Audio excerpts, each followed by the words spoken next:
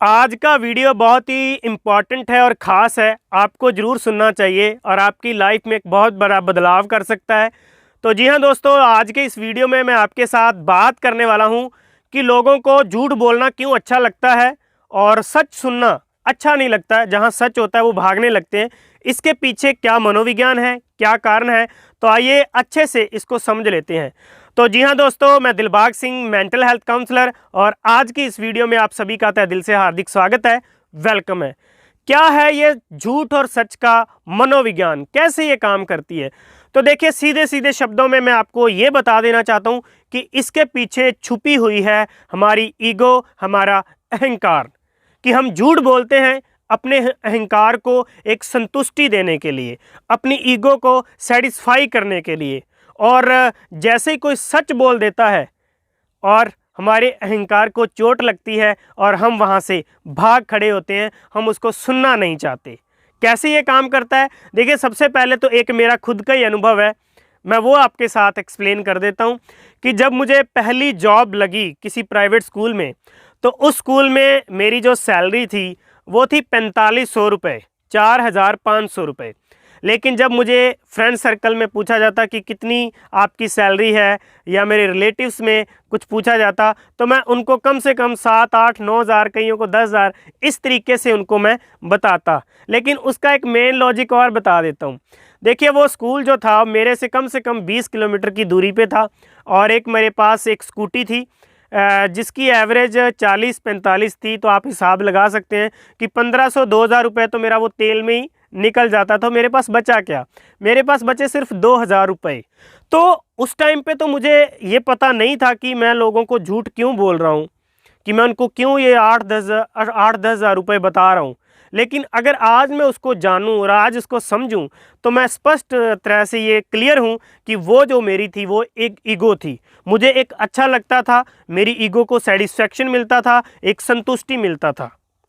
तो ये सबसे बड़ा कारण है कि हम अगर झूठ बोलते हैं तो उसके पीछे बहुत बड़ा एक जो कारण है वो है ईगो का, वो है अहंकार का।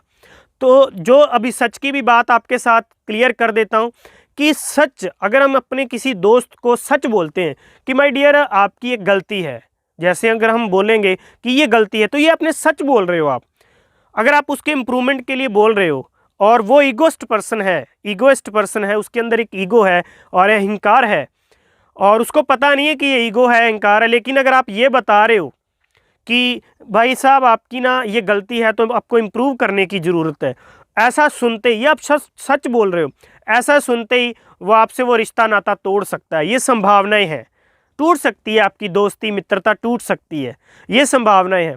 बहुत कम चांस हैं, सिर्फ बहुत कम चांस हैं कि वो, अगर एक संबंध बहुत मजबूत है, तो अगर आप उसको वो सच बता रहे हो तो उम्मीद है कि वो आपका रिश्ता टूटेगा नहीं। लेकिन ज़्यादातर संभावनाएं ये है कि वो आपकी दोस्ती मित्रता जो है वो टूट जाएगी, क्योंकि आपने सच बोला है।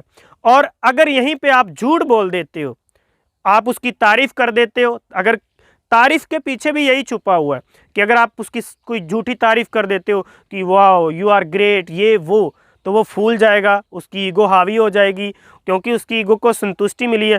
वो तारीफ़ उसको बहुत जेन्युइन लगेगी, सच्ची लगेगी और बहुत खुशी देगी। लेकिन आपने बस यूं ही कह दिया, उसकी तारीफ़ कर दी, तो ये भी दोस्तों एक मानसिक जड़ता है, एक मानसिक बीमारी है, और एक जंजीर है जिससे छूटने की ज़रूरत है, इसके ऊपर काम करने की ज़रूरत है। तो ये ईगो का मसला हर जगह आता है। मैं बड़ा हूँ, मेरा कोई स्टेटस है, इस तरीके की, ये सारी की सारी ईगो है। उसने मुझे बुलाया नहीं, मैं क्यों बुलाऊं, उसने मुझे फ़ोन नहीं किया, मैं फ़ोन क्यों करूं।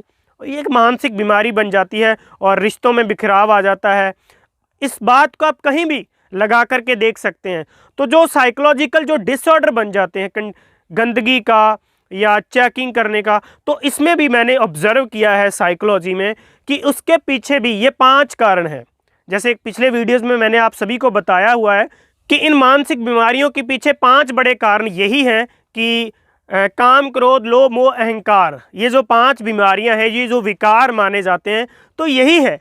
तो इनको समझना, इनको अंडरस्टैंड करना, इनको मैनेज करना या इनसे ऊपर उठना, इसको अलग तरीके से काम करना पड़ेगा। तो अपनी उस ईगो को जानें, उसको अच्छे से समझें, उसको एक मानसिक रोग ना बनाएं, अपने लिए ना डिसऑर्डर ना बनाएं, अपने आप को समझना ज़रूरी है। मैं हर एक वीडियो में ये बात ज़रूर बोलता हूँ कि जब हमने अपने आप को समझ लिया तो हर एक किसी को समझ लिया और हर एक चीज़ को समझ लिया और इस यूनिवर्स को समझ लिया। तो खुद को समझना ज़रूरी है। तो दोस्तों, अगर आप भी कोई इलाज करना चाहते हैं, ट्रीटमेंट करना चाहते हैं किसी भी मानसिक बीमारी का, OCD, depression, anxiety, fear, phobia, चिंता, तनाव, घबराहट, डर लगना, तो दिए गए नंबर के ऊपर कॉल करके आप मेरे से बात करके अपनी उस समस्या से आप छुटकारा पा सकते हैं। तो आज के इस वीडियो में इतना ही। अगले वीडियोस में हम और डिटेल में इन चीज़ों को समझेंगे। तब तक के लिए नमस्कार, थैंक यू, धन्यवाद।